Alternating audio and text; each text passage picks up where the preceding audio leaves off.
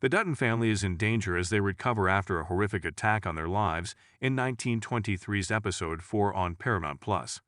In the fourth episode, titled War and the Turquoise Tide, Cara Dutton is forced to take charge of the family in the absence of the men.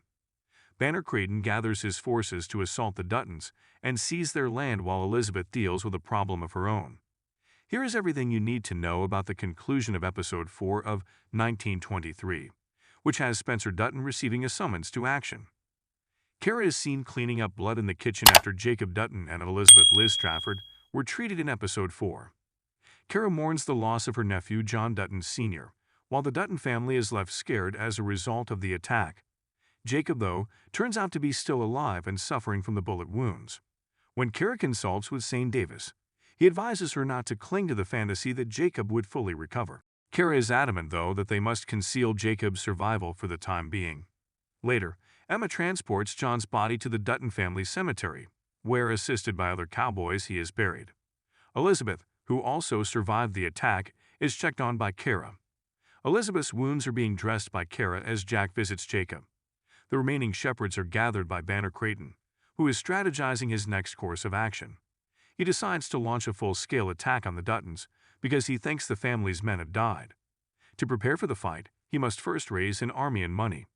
Thus, Donald Whitfield, a successful businessman headquartered in Montana who is interested in the Dutton family's land, introduces himself to Banner.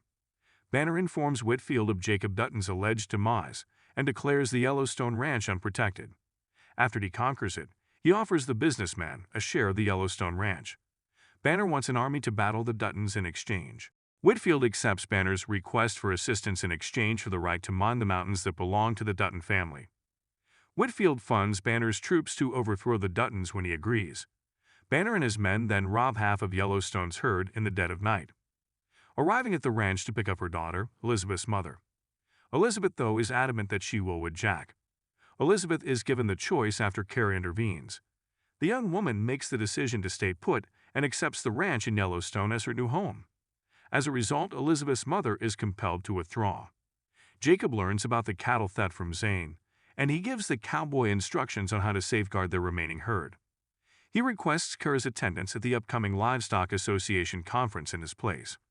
When Jack learns of the livestock theft, he intends to track down the criminals, but Cara dissuades him from doing so. Cara discloses that the Duttons were attacked and had their cattle stolen during the Livestock Association convention.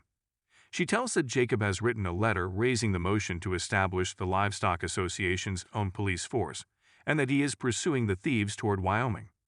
Jacob requests the governor's approval, while Cara demands the association's backing for the police force. While everything is going on, Sister Mary continues to mistreat Tiana Rainwater at the Catholic boarding school. Tiana is restrained by Sister Mary with the assistance of other sisters, and she strikes her with a ruler until she begs for mercy. Tiana's Native American heritage, in Sister Mary's opinion, is a demonic enslavement that has enraged the young child. Tiana chokes Sister Mary to death in the middle of the night after hitting her in the face with a Bible. Tiana leaves school and makes plans to go back home. Banner confronts Cara following the Livestock Association meeting and charges her with lying in front of the attendees. He declares that the Yellowstone Ranch is vulnerable and that Jacob Dutton is dead. Cara cautions Banner that her nephew would not spare him because his struggle is now with her.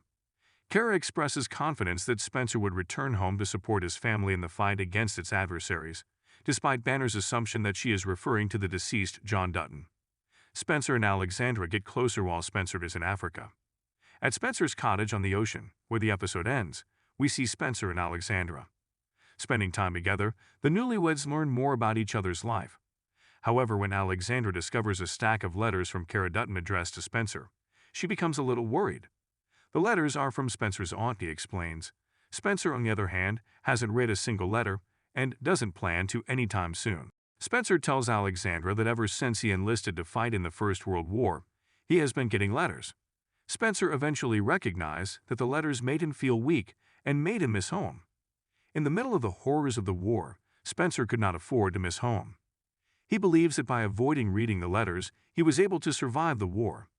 The internal conflict Spencer has as a result of his service in the First World War, according to Alexandra, is related to the letters. Spencer is urged by Alexandra to read the letters in order to restore his identity. As a result, Spencer and Alexandra read Kara's letter all night long. Alexandra eventually finds Kara's most recent letter, alerting Spencer of the death of his brother. Spencer understands the severe implications his family is facing after reading the letter. He is now prepared to come home and fight the war to preserve his family's legacy.